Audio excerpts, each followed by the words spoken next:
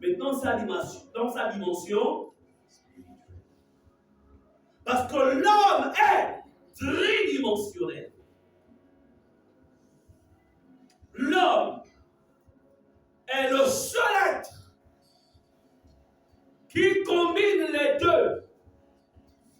C'est le seul être que Dieu a créé qui combine les deux éléments. L'élément matériel et l'élément spirituel. Alors que les esprits, les anges, en fait, n'ont qu'un seul élément, c'est le corps spirituel. Ils sont spirituels. Est-ce que vous comprenez cela? Que l'esprit. Nous avons les deux. On a l'esprit et on a le corps.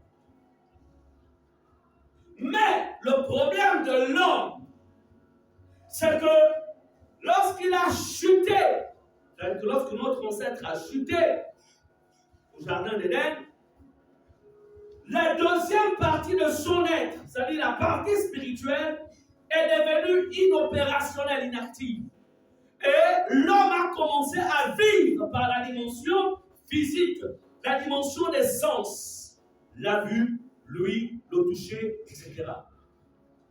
Mais ça ne voulait pas dire qu'en lui, il n'y a pas de dimension spirituelle. Tout au long de cette période, avant que le Fils de Dieu n'arrive, Satan, connaissant en fait l'entité ou la réalité de l'homme, c'est comme ça que va-t-il faire? Il va venir dans le monde, il va se révéler à nos ancêtres. Pour ceux du Sud, il va se révéler à nos ancêtres à travers la voix du Witi, à travers la voix de N'Djamé, il envoie tout ça. Pour ceux de l'Est, il va se révéler par la voix de Njobi. D'autres, il va se révéler par la voix. En fait, tout ce que vous connaissez comme rites initiatiques, le mélange, etc. Dans votre pays, ce sont d'autres rites initiatiques. Est-ce que vous comprenez cela? Et ils vont, et ces esprits-là vont, ces principautés vont activer la dimension spirituelle de l'homme. Et c'est comme ça que nous avons ce type d'expression où certains de nos parents restés traditionnalistes ou refusant, ou n'ayant pas encore reçu Jésus, diront: ah, bon, vous savez, nous on a notre Dieu. Nous on ne connaît pas le Dieu des Blancs. Est-ce que vous comprenez cela? Mais, gloire soit rendue à Dieu. Comme dit l'Écriture dans Jean 3,16, car Dieu a tant aimé le monde qu'il a donné son Fils unique, afin que quiconque croit en lui ne périsse pas, mais qu'il ait la vie. Dieu, dans son amour, va se révéler, va à nouveau venir vers l'homme, pour ouvrir l'intelligence à l'homme, pour réveiller l'esprit de l'homme, afin que l'homme soit conscient, de l'existence du grand et du véritable Dieu. D'autres, ce sont des esprits qui se sont faits Dieu. Mais Dieu se révèle par le Fils comme étant le véritable. Amen. Donc, c'est pour vous dire, il n'y a pas de Dieu des Blancs, et il n'y a pas de Dieu de Noirs, et il n'y a pas de Dieu de notre village, il n'y a qu'un seul Dieu, c'est le Dieu de notre Seigneur Jésus-Christ. Est-ce qu'on peut acclamer notre roi?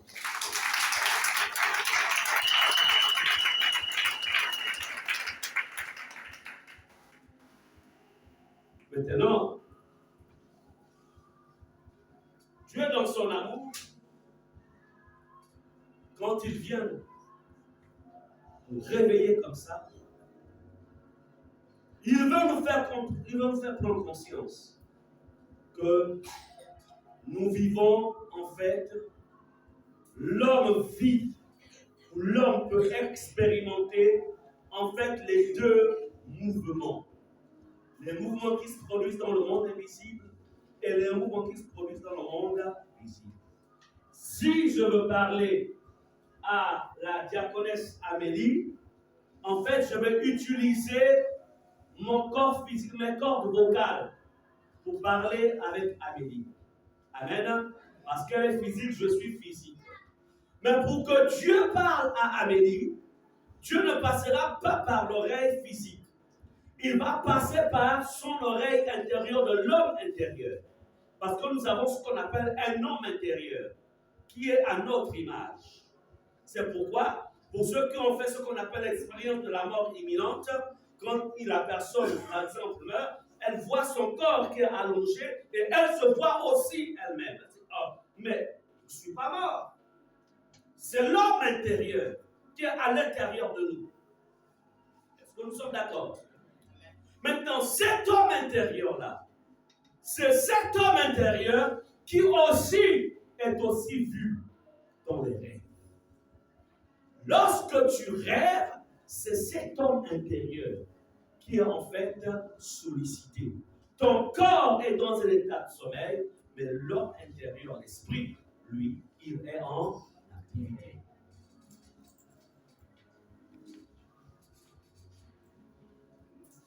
Donc comprenez que très souvent il y a un parallélisme entre les rêves que nous faisons et la vie que nous menons. On ne peut pas dissocier. Si tu veux avoir une vie de victoire, si tu veux même esquiver les pièges de tes ennemis, tu ne peux pas esquiver. Tu dois comprendre qu'il y a un parallélisme entre la vie que tu mènes et le monde des rêves. Parce que généralement, nos rêves, les rêves que tu fais, généralement, en fait, ça cache la réalité parfois de ta vie quotidienne. Ça cache, en fait, les oppressions ou les plans que tes adversaires ont contre toi. Ça cache aussi le plan que Dieu a pour toi. Amen. Mais dans la dimension spirituelle, si quelqu'un, je me souviens, on m'a raconté une histoire comme ça, dans le village de Takmon. On a affecté un enseignant. L'enseignant là a commencé, en fait, vous savez, les enseignants, le professeur était, c'était un enseignant de la vieille école, donc avec la chicotte. Donc il a des petits. Pour lui, ce sont des enfants qui font le désordre dans sa classe. Il prend la chicotte, il commence à chicoter, à punir. Les enfants là, ils se sont réunis dans la nuit. Ils sont sortis dans leur corps spirituel. Ils sont allés frapper le maître.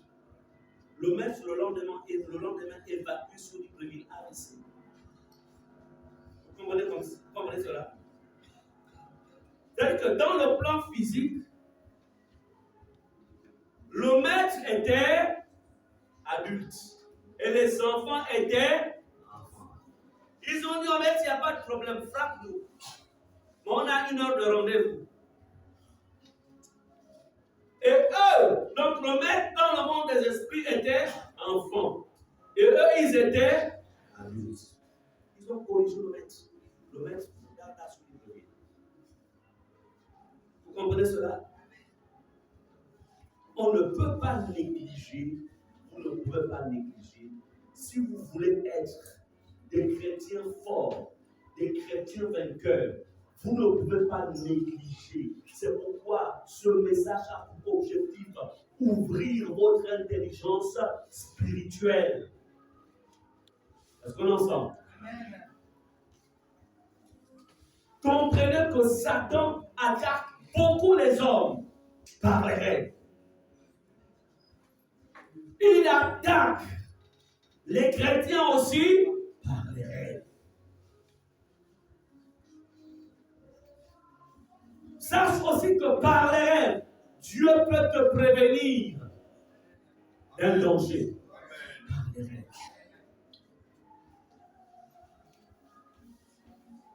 Écoutez ce message que je vous donne.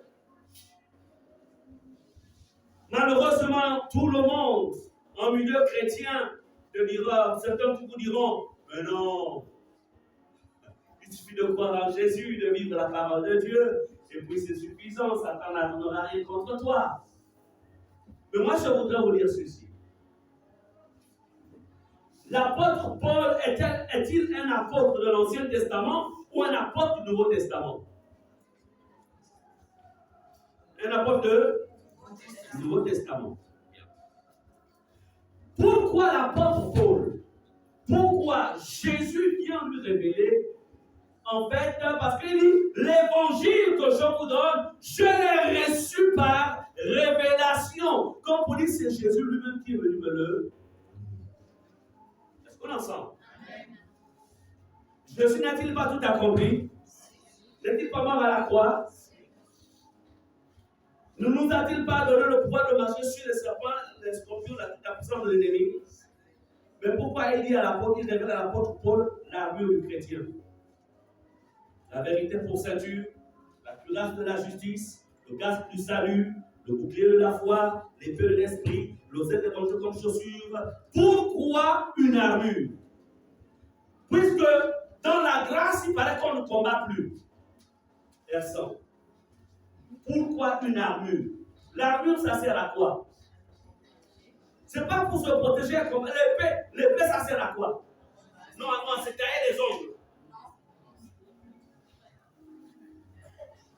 Donc, c'est pour dire qu'on doit écouter.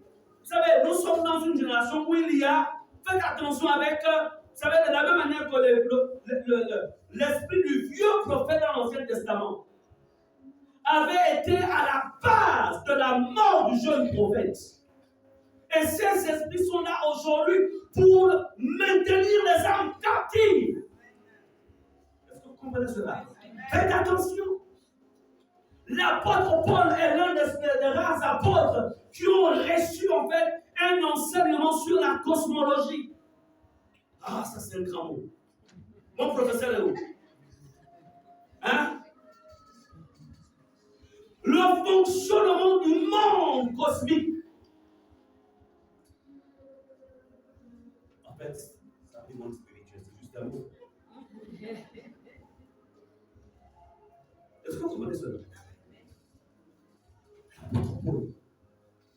Dieu lui révèle la classification des démons. Vous avez des leaders d'église qui vous diront on n'a pas besoin d'étudier sur le diable. Mais pourquoi on a révélé à Jésus? Plutôt Jésus a révélé à Paul. Il dit tu vois Paul, dans l'univers, en fait il y a des principautés, il y a des dominations, il y a des autorités, il y a des esprits méchants.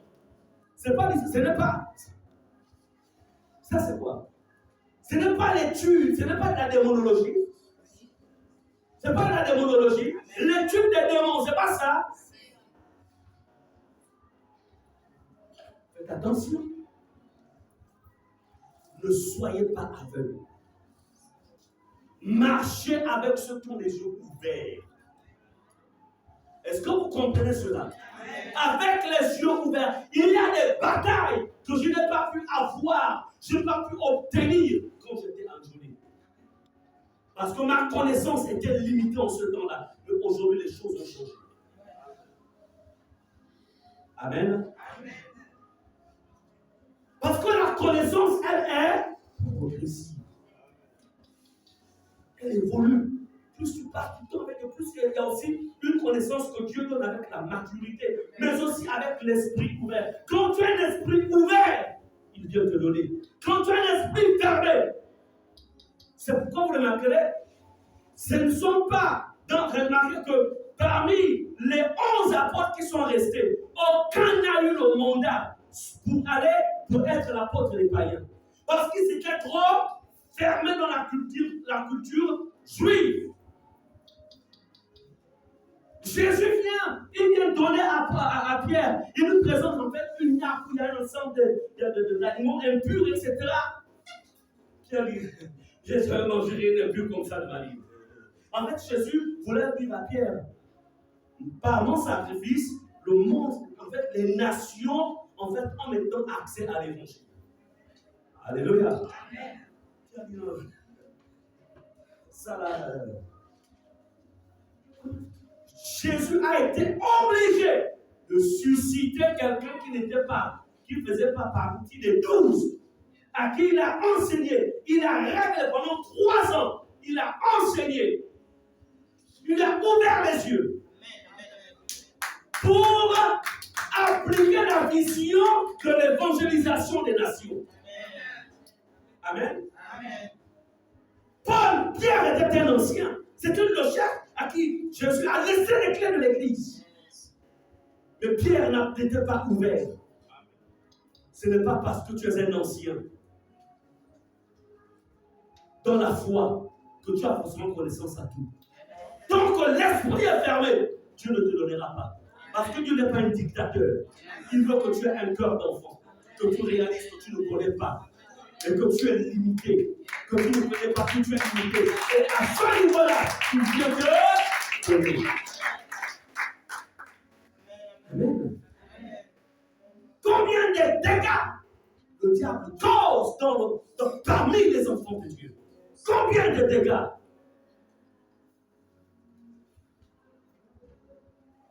Alléluia.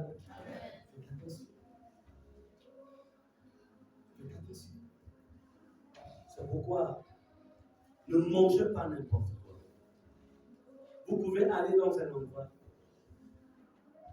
N'allez pas n'importe où. Hier, on avait un séminaire pluriel du côté de Tours, c'est pourquoi on a appris dans l'état comme ça.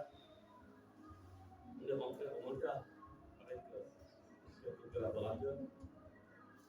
C'était wonderful. Merveilleux. On a travaillé sur l'intercession des nations, et plus précisément de la vie de Dieu. Dès que j'arrive, vous savez, quand vous entrez dans la vie de Dieu, il y a une statuette qui est là. C'est une statuette, je ne sais pas, une espèce de. Je leur ai dit ça, dans notre jargon humain, on appelle ça la culture. Mais eux, ils savent que ce n'est pas la culture. C'est la principauté qui gère la ville. Et qui est là placé pour dire, soyez la bienvenue dans mon territoire.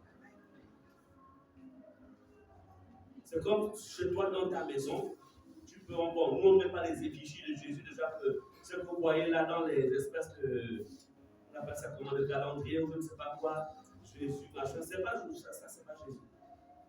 Ça c'est un acteur. Avec un cœur qui a des, on appelle ça comment, des épines tout autour. Ne mettez jamais ça dans votre maison, ne mettez jamais. Ça vient du monde des ténèbres. C'est une voie d'accès des esprits dans les maisons. Ce n'est pas Jésus. Amen. Mais un chrétien, qu'est-ce qu'il mettra? Il mettra en fait un verset biblique, certainement sur notre tête pour dire bienvenue dans la maison d'être. Jésus est le chemin, la vérité et la vie. Bien-aimés, en revenant dans notre message, je serai encore un peu plus long aujourd'hui parce que après ce message, il y aura un travail qui va vous être donné et nous aurons la conclusion, nous aurons veillé de prière vendredi. Amen. Donc c'est pourquoi aujourd'hui je vais violer le protocole du timing. On ne va pas s'arrêter à 12h, on s'arrête à 12h et quelques. Est-ce qu'on est ensemble? Amen. Amen. David a dit, je suis dans la joie quand on me dit, allons à la maison du Seigneur. Quand le feu là-bas est arrêté, il faut l'allumer. Allumer le feu. Ça coule. Mais pourquoi il coule? Pour le changer. Hein?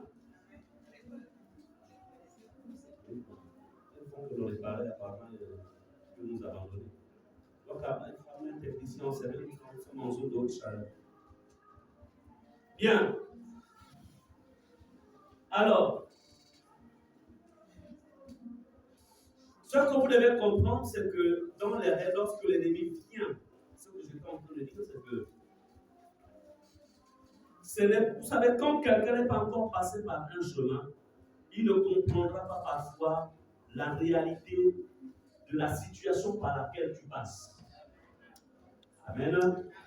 ne comprendra pas. C'est pourquoi quelqu'un qui n'a jamais perdu un membre cher dans sa famille ne comprendra pas pourquoi telle personne en fait se roule au sol comme ça. Et puis il dira, mais pourtant tu es chrétien, comment tu peux te rouler comme ça au sol? Il parle ainsi parce qu'il n'a jamais perdu un être qui lui est cher. Mais il faut être passé par là pour comprendre pourquoi il se roule ou elle se roule au sol. Non, ça va aller, alléluia, Jésus est Seigneur, il va te réconforter. Amen. Il faut avoir la foi. Amen. Il faut avoir la foi. Non, mais il ne faut pas perdre la foi. Toi aussi, tu connais sa douleur. Tu sais ce qu'il ressent. Tu sais ce qu'elle ressent. Vous savez, il est plus facile de parler quand on n'est pas encore passé par un chemin. Il est plus facile même de juger. Mais c'en est une autre lorsque tu es passé par ce chemin. Amen. Parfois, lorsque vous allez vers des personnes éprouvées, en vérité, parfois le silence est le meilleur des conforts. Tu es là à côté, mais tu es silencieux. Certainement, prenant la personne dans tes bras, mais tu es silencieux. Parce qu'en vérité, il y a des moments où, en vérité, tout ce qu'on peut dire à la personne, elle n'entend rien du tout parce qu'en fait, elle est dans un autre monde. Est-ce que nous sommes ensemble?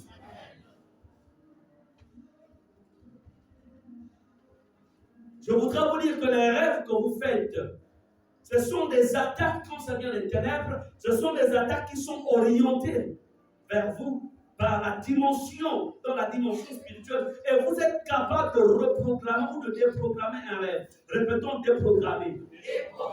C'est possible. Mais voyez-vous, pour pouvoir attaquer et repousser le plan de l'ennemi à travers le rêve, vous devez prendre conscience des différents types de rêves sataniques qui existent. C'est pourquoi je vais continuer à vous donner les différents rêves sataniques. C'est-à-dire que quand vous voyez ça, vous devez être sûr que là, ce n'est pas un cauchemar. C'est une visitation. C'est comme si quelqu'un serait venu dans ta maison, en fait, en rentrant par la fenêtre, en forçant la fenêtre, rentre et vole. Tout rêve, tout cauchemar que vous avez eu à faire. Comprenez ceci, ça vous a volé quelque chose. Ça vole toujours quelque chose. Ça ne se limite pas à la dimension de la visitation. Non. On va voir. Tu as rêvé un chien qui te mord. Le tout n'est pas seulement de dire au nom de Jésus, je te lis. C'est déjà bien de le lire. Mais tu dis ce que tu es venu voler. Donc, je récupère. L'étoile que tu es venu voler, je récupère. La santé que tu es venu voler, je récupère. Vous avez déjà vu un voleur rentrer seulement, son but c'est seulement de casser votre porte, il casse et il s'en va. Il casse parce qu'il veut prendre quelque chose de précieux dans la maison. Est-ce que vous êtes ensemble? Beaucoup se sont limités certainement juste à lier, à détruire, mais non pas récupérer ce qui leur a été. Amen. Je me souviens, on avait été cambriolés quand on était au P9 là-bas. On est en plein culte ici. C'était un bon jour, on adore Jésus. Il y avait même eu un repas ce jour-là. On rentre tout fatigué, 17h, 18h. Notre propre maison, on ouvre la porte, c'est coincé. Attends. Quand on est parti, on a fermé, non? Oui, on a fermé. C'est nous qui avons les clés, non? Mais comment la porte ne s'ouvre plus? Comme il y avait des locaux qui sont passés par la porte de la cuisine, ils ont sauté, non, ils ont sauté, ils ont opéré, ils ont pris ça, en fait, comme on avait cotisé ensemble, l'achat, tout ce qu'on avait dans la maison, ils sont venus récupérer leur part d'achat, ils sont repartis, ils sont bloqués derrière. Mais après ça, on a déposé la plainte à la PJ. Après, on a aussi associé la prière. Le Seigneur qui a eu le miracle, il a permis que les voleurs soient repérés. Mais, ils n'ont pas seulement été repérés, ils sont allés prendre tout ce qu'ils avaient volé. Ils sont venus rendre. Amen. Donc, quand le voleur rentre, tout voleur qui est rentré dans ta vie doit restituer. Répète, restituer. Restituer. Restituer. restituer. Amen. Mais si tu ne sais pas comment ça se passe, comment restitueras-tu? Bien-aimés, ensemble, allons-y dans Genèse 41, verset 1 à 4. Genèse 41, verset 1 à 4 d'abord. Pour ceux qui notent, ensuite vous notez le verset 15. Après le verset 15, vous notez le verset 25 à 26. Après le verset 15 à 26, vous notez ensuite le verset 29 à 30. Après 33 à 34. Et ensuite le verset 36. Amen. Amen. Voilà. Donc je pense que notre technicien essaie de mettre le verset dans là. Ah, voilà. Maintenant. Ok. Au bout de 2 ans, ici, que va-t-il se passer? Je vais vous montrer dans la Bible comment le diable va attaquer en fait l'économie de tout un royaume. Nous lisons. Au bout de 2 ans, Pharaon eut un songe. Pharaon, roi d'Égypte. Voici, il se tenait près du fleuve.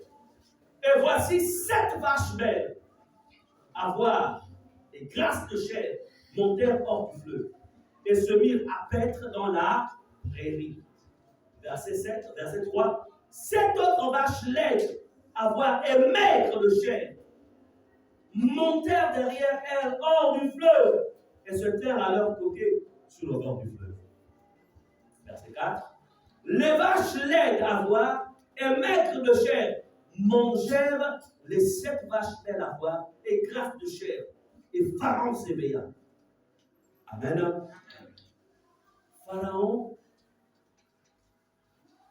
est rattaché à des alliances avec le monde des esprits.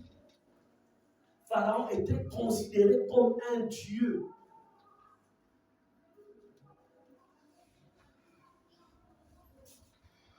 Alors, Pharaon était un homme spirituel.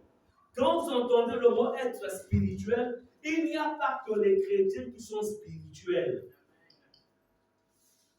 Un initié est quelqu'un de spirituel. Parce qu'il est rattaché en fait aux esprits de ces, on va dire, de ces initiations. Amen. Ne vous y trompez pas. Maintenant, c'est autre chose. Je me souviens, je lisais un document. Je suis entré dans le document. Le titre commence à paraître chrétien. Je suis entré, je commençais à lire. Ça, c'est un spirit, c'est de l'ésotérisme, ça. Amen. Donc, il y a des ouvrages parfois que vous lirez, vous verrez les titres. Ça paraît inoffensif. Mais quand vous commencez là à lire, ça va vous conduire ailleurs. Bien-aimé, Pharaon, roi d'Égypte, fait un rêve où Dieu, en fait, permet. Vous savez, Dieu, il est le Dieu de l'univers. Toutes les nations sont à sa portée. Donc, même si Pharaon n'était pas un juif, mais Dieu pouvait se révéler à Pharaon parce que Dieu est un Dieu d'amour. Amen. Et ici, Dieu vient montrer à Pharaon la situation économique de son royaume 7 ans plus tard. Est-ce qu'on est ensemble?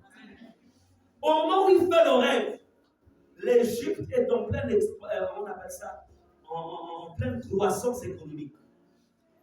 C'est-à-dire, les indicateurs économiques sont au vert. Tout est au vert. Est-ce qu'on est ensemble? Et il fait un rêve. Il l'avertit. Ce ne sont pas les économistes qui présentent la chose. Non, tout est florissant. Le commerce international avec les autres royaumes, tout se passe très bien. Les richesses minières, vraiment tout est OK. Mais, dans la dimension de l'esprit, il y a des forces qui ont commencé à fomenter des plans pour détruire l'économie de l'Égypte. Et Dieu vient avertir Pharaon. On va lire la suite. Pharaon dit à Joseph. Donc en fait, Pharaon ne comprend rien.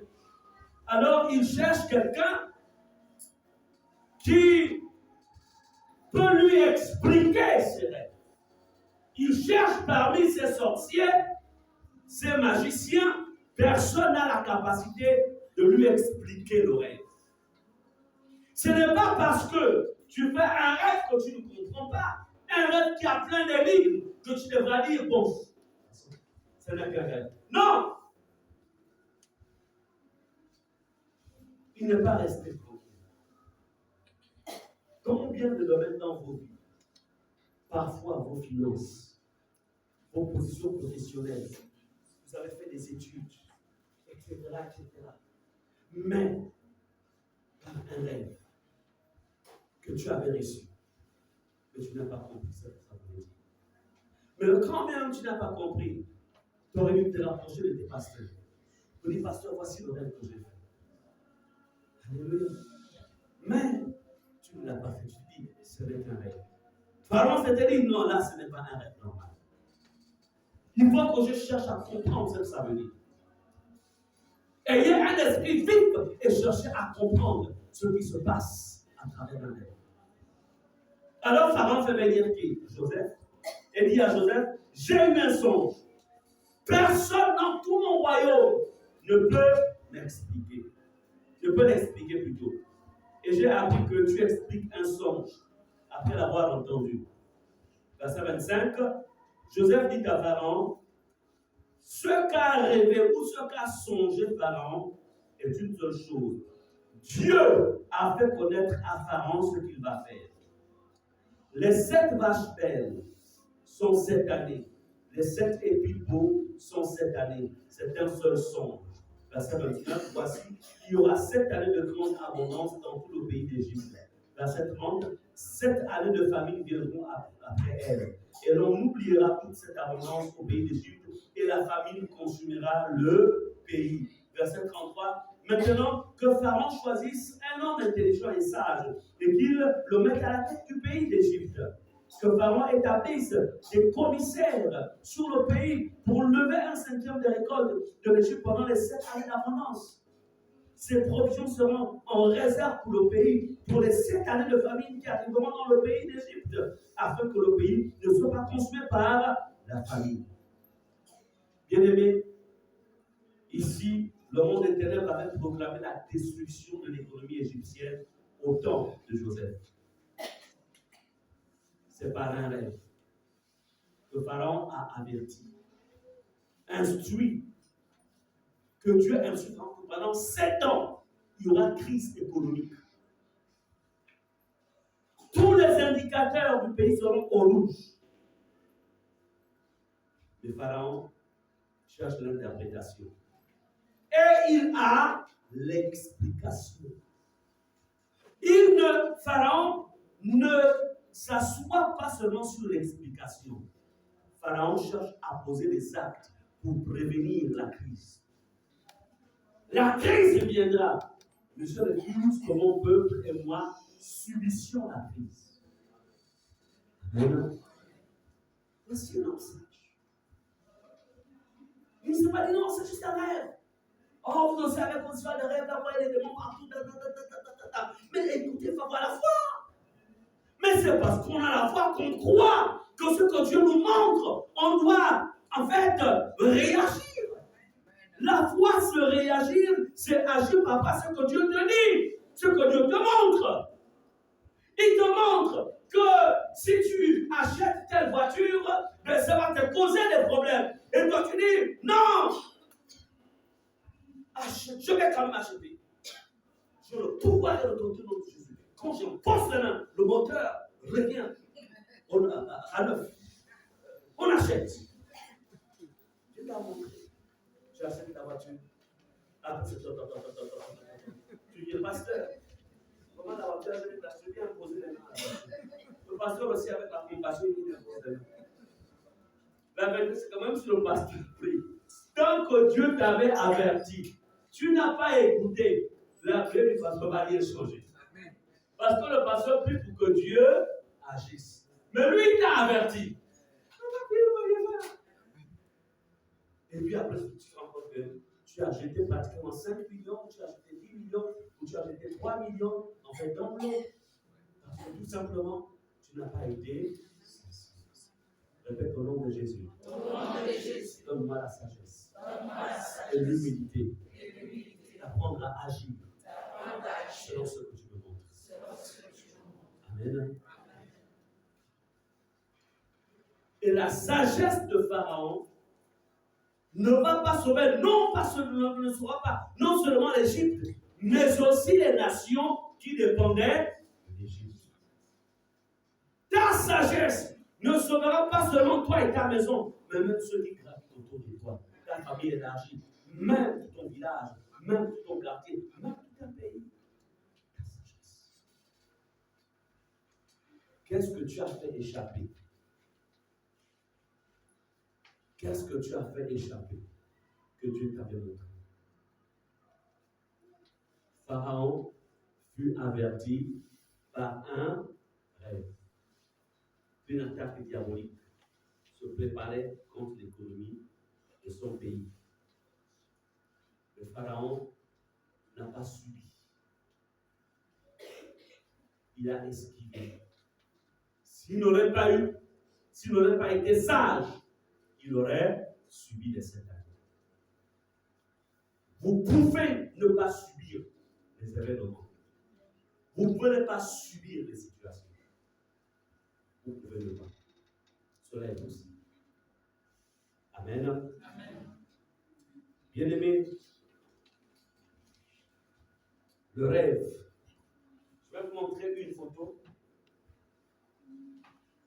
pour que vous compreniez que, en fait, le message que le pasteur prêche, le travail qu'on va faire, ou qu'on est en train de faire, ce n'est pas de l'utopie, c'est pour aider chacun d'entre nous. La photo, l'image qui va vous être présentée tout à l'heure, je reçois un coup de fil d'un hôpital de la place. 7 personnes dans un rêve. Un an plus tôt, voit dans un rêve une meute de chiens qui l'environnent, qui l'entourent. Et parmi la meute de chiens, un chien se libère. Ce chien qui se libère vient et mord la personne au niveau de la cuisse. C'est la personne elle-même qui m'a appelé, mon pasteur. J'ai appris que vous faites ce genre de travaux dans votre église. Aidez-moi, j'ai besoin d'aide. Comprenez cela? Donc, ce n'est pas une marque que tu vas chercher sur Internet. C'est un témoignage pour la personne. Ils ont dans la médecine, a même voulu lui amputer le pied. Je dis non. Dieu peut faire sécher ce pied. Même si la situation est aussi grave, Dieu est capable de faire sécher. Et ce qui va se passer, c'est que lorsque la personne fait le rêve un an plus tôt, elle n'est en relation avec aucune église vivante. Et elle va dans une église aussi, à un moment, elle cherche une église vivante, mais malheureusement, elle va dans un milieu où, en fait, la connaissance, vous savez, comme je dis souvent, on peut être tous des pasteurs, mais il y a, en fait, chacun a son couloir. Vous avez des pasteurs qui sont chantres, vous avez des pasteurs qui sont évangélistes, vous avez des pasteurs qui sont, en fait, dans le domaine du combat spirituel, comme nous le faisons. Vous avez des pasteurs qui sont, en fait, chacun à sa branche, qui ne servent qu'à l'enseignement. Et quelques temps après, la personne voit au niveau de la cheville un bouton. Un bouton qui lui pousse, qui la pousse, la personne, donc à se gratter. La personne se gratte.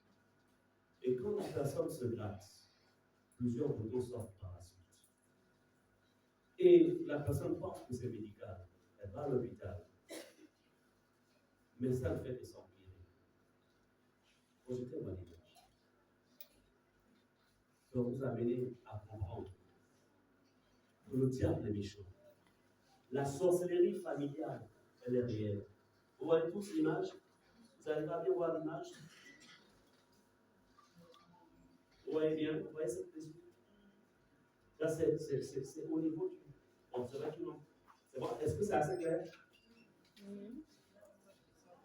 Hein? Quelqu'un peut descendre?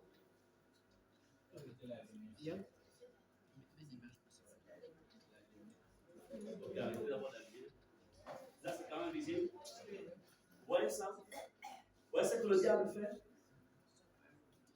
Un simple bouton. Mais ça a commencé là. Si Dieu n'intervient pas, cette personne est sur le point de perdre son bien. Et quelqu'un dira, et là, en fait, on voit déjà l'os. L'os, la sorcellerie. Le rêve. La personne a vu a vécu l'expérience dans le rêve. Et les gens qui ont suivi, un de ses enfants dit, maman, je t'ai vu en train de marcher, tu te déplaçais sur une chaise roulante. Un enfant. Et c'est ce que le diable veut. En fait, un an plus tard, c'est ce que Satan veut. Pourquoi enlever? Église. Ne soyez pas dupes. N'acceptez pas l'ignorance. La sorcellerie est une réalité. Le diable est méchant.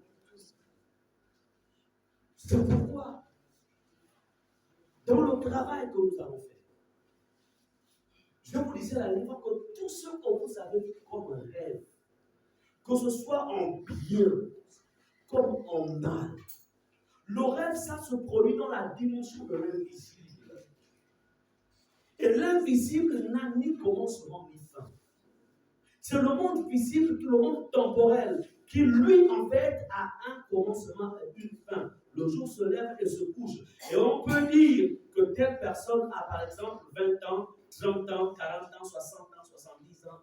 Ok, il est déjà au soir de sa vie terrestre. Attention.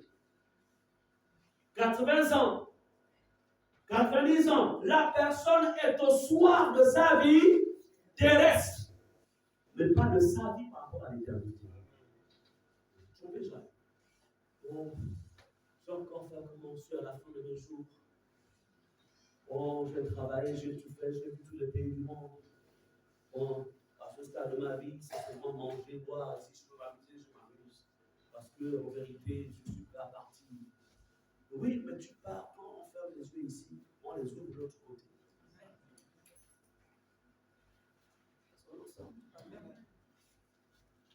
Bien aimé, ce que tu n'as pas déprogrammé, ce que tu n'as pas interdit, même si les années passent, ça va s'arrêter. Pourquoi? Les gens disent, vous savez, Dieu, il y a des choses qui sont du domaine de Dieu et des choses qui sont de notre domaine. C'est-à-dire, Dieu nous a rachetés par son Fils Jésus. Il nous a envoyé son Saint-Esprit. Il nous a donné de son pouvoir et de son autorité. Dans quel but? Il te dit, je te donne tout ça pour que si l'ennemi t'attaque, toi tu donnes l'ordre pour descendre sur la terre et dire, pourquoi tu attaques mon fils? Non, il t'a tout donné. C'est pourquoi il a dit, en mon nom, Jésus a dit, en mon nom, vous chassez les démons. Donc, ce que tu n'as pas chassé ne fuira pas. Est-ce qu'on en sort? Amen. Tu veux chasser. Là où tu ne combats pas, la situation restera telle.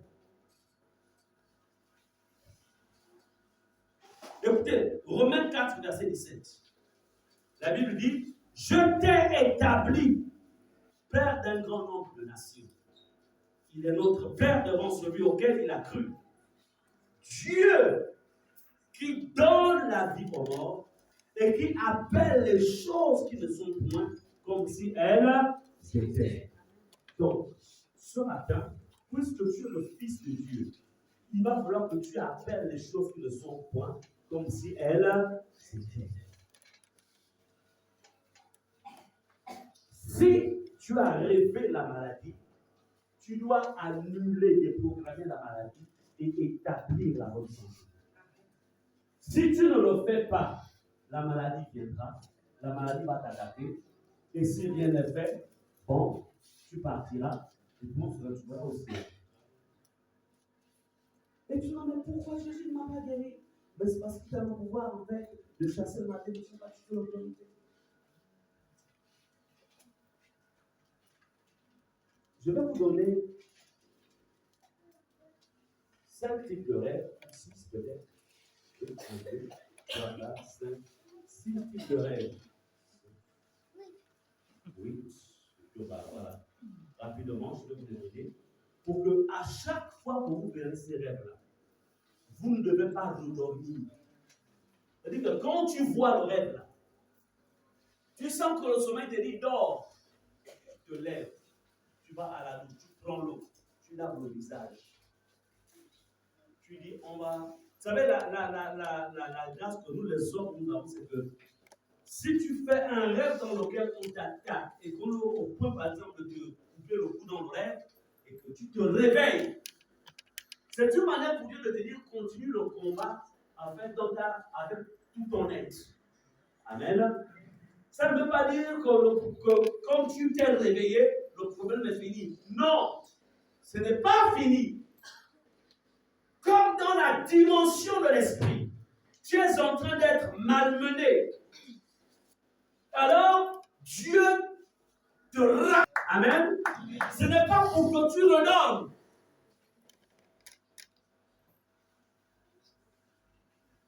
Les rêves que je vais vous donner, c'est universel. C'est-à-dire que l'explication reste la même.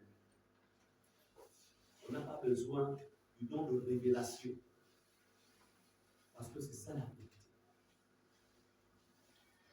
Lorsque tu rêves, on t'injecte un poison. Tu dors, quelqu'un avec une piqûre, en train de t'injecter. Parfois tu dors, et puis tu es même malade, et puis on vient t'injecter. Tu dis, ah, là c'est l'ange du Seigneur qui est en train de m'envoyer, de me traiter dans le sommeil. Et de toute injection, vous verrez dans les rêves. Comprenez que c'est la présence d'un poison. C'est une maladie qu'on est en train de mettre dans le corps. Je vais prendre toutes ces rêves, puis après nous allons prier. Amen. On t'injecte dans le rêve. Il y a des personnes qui ont reçu, c'est-à-dire que la personne fait un rêve, qu'on est en train de l'injecter. Les jours qui suivent, la personne a le VIH. La personne, en fait, n'est jamais allée avec. En fait, la personne n'a pas une vie de désordre. Ou la personne n'est pas allée parce que le VIH n'est pas par la vie de désordre. La personne n'est pas allée dans un salon de coiffure pour. Non. Ou la personne se retrouve avec une maladie incurable, cancer et autres. Vous comprenez? Quand vous voyez cela, c'est une programmation. La maladie démoniaque est en train d'être inoculée dans ton corps. Et comme ce qui est inoculé dans l'esprit, automatiquement, ça va traverser le corps physique, parce que la toute source, tout prend sa source dans le monde de l'esprit. Amen. Comment faire? On verra ça tout à l'heure. Parce que là, je vous donne d'abord les. Est-ce qu'on est ensemble? Donc, avant de venir voir le bureau, tu dis d'abord, pasteur, quand j'ai vu ça, j'ai prié, je n'ai plus jamais en prié. Après, je me suis dit, voilà, quand je suis venu, pour que la prière du pasteur vienne tout serrer. Donc, ne venez, les choses que je vous enseigne, ne venez pas nous voir tant que vous n'avez pas prié d'abord. Parce qu'on ne veut pas des bébés ici. On vous forme pour que demain, après-demain, vous soyez aussi capables de pouvoir vous lever et dire, et pouvoir prier pour les autres. Est-ce qu'on est ensemble? Donc, ici, là, ce n'est pas la maternelle ad vita aeternam. On est à la maternelle pendant quelques mois. Après, on va CP. Après CP, CP n'existe même plus. Deuxième année, troisième année, quatrième année. Après, c'est le lycée. Après le lycée, c'est l'université. Amen. C'est pourquoi, moi, je ne fais plus de délivrance ici. Le diable, vous est là, il y a des là, ils sont là. Qu'est-ce que je fais? Qu'est-ce que je fais? Parlez des gens, je fais là. Non, lève-toi, dis-leur. Vous assistez, vous regardez. Voilà. Et puis, je vais intervenir à quel moment? Au moment où vous sentez qu'il y a un blocage ou bien il y a quelque chose qui ne va pas. Okay. Je ne peux pas être un pasteur incontournable. Comme pour dire que quand je ne suis pas là, l'église est bloquée. Pas mon église. Que je reste indispensable. Parce qu'on va se me disqualifier. Je reste indispensable. Je reste indispensable, mais pas incontournable. Amen. Donc aujourd'hui, quand il y a des problèmes de délivrance, chez mes étudiants, les étudiants de l'Institut sont sortis, je les appelle d'aller revenir ici. Ils sont là, ils travaillent avec les anciens qui sont les gars, ils travaillent pour des. Maintenant, quand il y a blocage, il dit bon, je viens, je répète, etc. Puis bon, c'est ça. On est là pour former. Donc, si tu rêves, ou ton enfant rêve, ou ton parent rêve, ou ton camarade de bureau où là tu travailles, dit ah, mon ami, il paraît que toi tu es chrétien, même quand je vais parler que tu es même un pasteur, c'est comme ça qu'on s'appelle dans les bureaux, non? Il paraît que tu es un pasteur. Bon, mais dis-moi un peu, chaque nuit je rêve qu'on vit me faire piqûre, on me pique. Et là, on pique là, ça commence à faire mal, tu dis, que tu présentes à ceux qui se grave. Il faut que tu présenter Jésus. Parce que ça paraît facile là. Tu comprends? Ah, là, tu as besoin de Jésus. Donc, tu peux d'abord accepter Jésus avec ça. Amen. Après l'avoir fait accepter Jésus, maintenant, tu commences une relation spécifique. On va prier. Après, tu l'amènes ici. Amen. Donc, comprenez que c'est un poison. C'est une maladie incurable. Ça ne va pas se passer forcément au même moment, mais ça se passera plus tard. Donc, ça doit être traité. On va traiter ça aujourd'hui. Deuxième rêve, tu rêves que tu es nu. Tu m'as entendu? Ah, le diable est méchant. Dans ça, il faut que je m'enlève. Nu. Souvent, ce sont des attaques. Ça veut dire quoi lorsque tu te rêves que tu es nu? Parfois, tu es oublié des autres. Subitement, c'est toi qui as fait dans une position. Et tu cherches maintenant un endroit de cacher. Alors, ça veut dire qu'un esprit de sorcellerie, un esprit sorcellerie d'humiliation en public. Il y a un projet d'humiliation en public. Soit dans ton lieu de travail, soit dans ton établissement scolaire, soit lors d'une réunion familiale, soit ton patron quand il veut. C'est-à-dire que le diable a projeté que la confiance que les gens ont envers toi là, il va détruire ça en te faisant honte en public. Vous comprenez? De sorte que tu es honte. La nullité, c'est cet esprit en fait Donc l'objectif, en fait, consiste à retirer la confiance que les gens ont de toi. La retirer. Pour que les gens n'aient plus confiance en toi.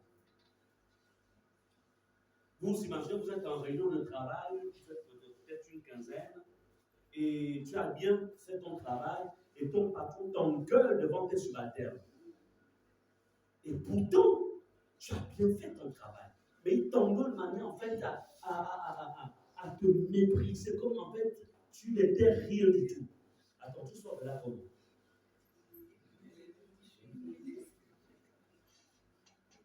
Ça là, il faut comprendre que ça veut dire, en fait, ton patron a été envoûté. Mais ça vient du monde des ténèbres. C'est toi, en fait, qui as attaqué. Mais ça peut ne pas arriver parce que pourquoi tu te montres ça dans la vie? Entends le lendemain, nous aurons une réunion. C'est pour que tu annules, que tu détruises, pour que tu déprogrammes, parce que ça a été programmé. Amen. Amen.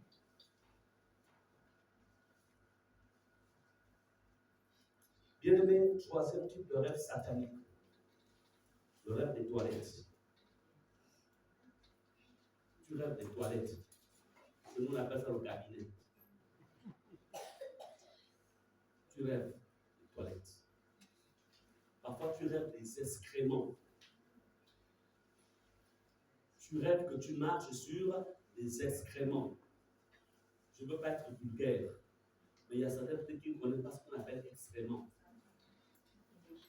Je ne veux pas être vulgaire, parce que moi, mais je veux que tout le monde comprenne. Est-ce que tout le monde comprend ce que ça dit extrêmement? Oui. Tout le monde comprend. Oui. Ça vaut pas la peine de descendre dans le fossé de... On ne descend pas. On reste extrêmement. Oui. Est-ce que les enfants comprennent?